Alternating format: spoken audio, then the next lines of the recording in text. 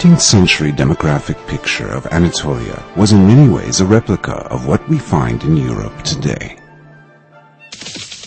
The never-ending crusades and Mongol invasions not only resulted in economic and political upset in the region, but also caused resettlement and therefore coming together of people and communities from various backgrounds, religions, races, and cultures.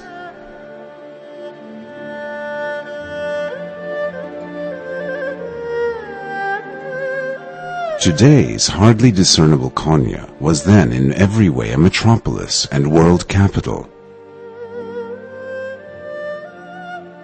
Today's populace of Konya, almost completely Muslim, apart from the seasonal tourists drawn to the city by Mevlana's time-transcending message, was then a regional home to Christians, Jews, Hindus, Buddhists, Zoroastrians, and atheists. The people of Anatolia were able to live in peace in this multicultural and cosmopolitan era through the teachings and guidance of three great masters of this period. Mevlana Celaleddin Rumi opened his lodge with his invitation and poem of love and all-inclusiveness. Come, come whoever you are, wanderer, worshipper, lover of leaving. Ours is not the caravan of despair. Come, even if you have broken your vow 1,000 times. Come, come yet again, come.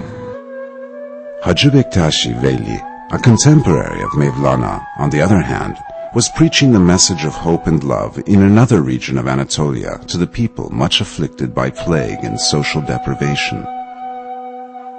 Love and affection cooks at our fireplace. Nightingales sing, roses blossom in our breast. Greed and hatred turn to love with us. Lions and gazelles are friends in our bosom. Another poet of love who lived in the same century as Mevlana and Hacı Bektaş was Yunus Emre, who taught that the heart of man was the home of God, and that a person's prayer was questionable if he had ever broken another's heart. In one of his poems, when touching upon man's purpose of creation, he says, I am not here on earth for strife. Love is the mission of my life. Hearts are the home of the loved one. I came here to build each true heart. In saying this, he points out that winning over another's heart in friendship is a form of prayer and worship. In another of his poems, he says, Come, let us meet. Let us make life easy. Let us love and be loved. The world shall be left to no one. And with these verses, he calls upon people of different backgrounds, faiths, and cultures to come together and live in mutual acceptance, peace, and dialogue. History has always borne witness to the fact that times of crisis and difficulty have given birth to heroes and leaders. It is not surprising that as heroes of love, Celaleddin Rumi, Hacı Bektaş Veli, and Yunus Emre have all come within the span of the same century. Surprising would it be if no one had followed in their footsteps and continued to fulfill their role of inspiring and guiding people after them. Iranian Sadi, another poet of the same generation of these three great teachers, says in his famous Bostan, The Garden, No nightingale in the garden of truth has ever sung so eloquently and so beautifully. This being the case, I would be surprised if roses do not blossom from the dust of the nightingale when it dies. Just like this, it would be unexpected for the fertile ground of Anatolia not to continue giving birth to such bearers of peace and love after the likes of Mevlana, Hacı Bektaş Veli, and Yunus Emre.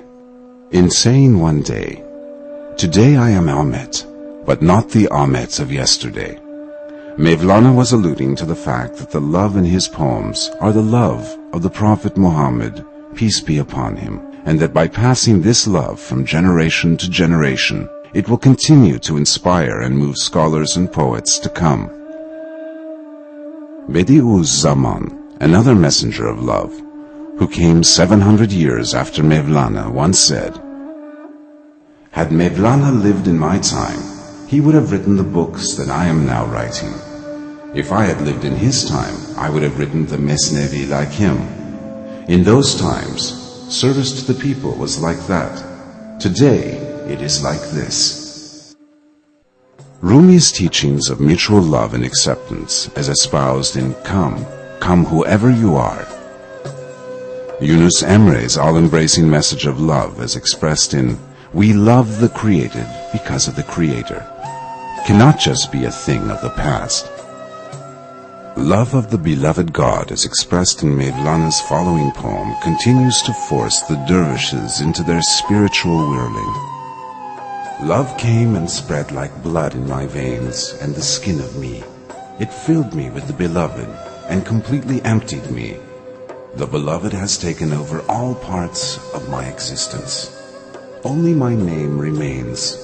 All else is He. One of the underlying philosophies of the whirling ritual of the Sema is being open to everyone while following one's own belief as expressed in Mevlana's words. Like a compass I stand firm, with one leg firmly grounded in Islam, while my other leg roams freely among the 72 nations. There are those heroes of love today who try to live and practice this philosophy. While it may be disrespectful to refer to these people as modern Rumis, it is nonetheless without doubt that they have taken Rumi's teachings and adapted it to the modern age in spirit and practical terms. You can see such heroes of love in the example of Turkish volunteers across the globe sharing their fast-breaking Ramadan dinners with believers and non-believers alike. In the example of contemporary Anatolian Yunus Emre's, Hacı Bektaş Veli's, and Mevlana Rumi's, who go beyond whoever you are, come. With whoever you are, we will come. Heroes of love who say, open up your heart as much as you can, like the oceans. Let there not be a single troubled soul to whom you have not extended your hand. Heroes of love who believe they are fulfilling Rumi's mission nowadays when giving out the seasonal Noah's pudding to people of different faith, background, culture, and language. Today, the Fethullah Gülen movement, the largest and most dynamic of its kind in the Islamic world, has successfully adapted Rumi's message and teachings of love, peace, and acceptance to this age and time. The movement's spiritual leader and mentor, Fethullah Gülen, seeks to adopt, on the one hand, the line of compassion and love as espoused by Mevlana, Yunus, and Hacı Bektaş, in trying to offer solutions to mankind's modern problems, and on the other hand, the logic and thought process of Imam Rabbani and Bediüzzaman Said Nursi's in his attempts to bring about the new man of balanced disposition.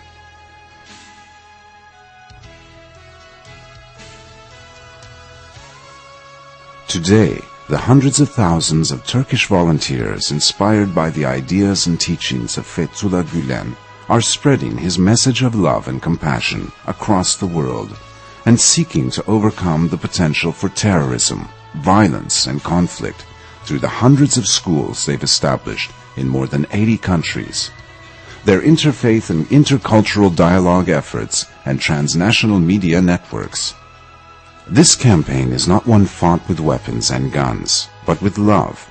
Contrary to the predictions of the clash of civilizations theory, this movement believes that the inherent potential of love within the essence of human beings can be made the basis of life and interaction at every level.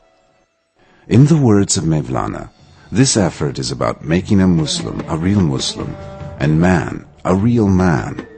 This project is about plowing our soil once more so that new Mevlanas, Yunus Emre's, and Hacı Bektaş Veli's may blossom from its midst once again.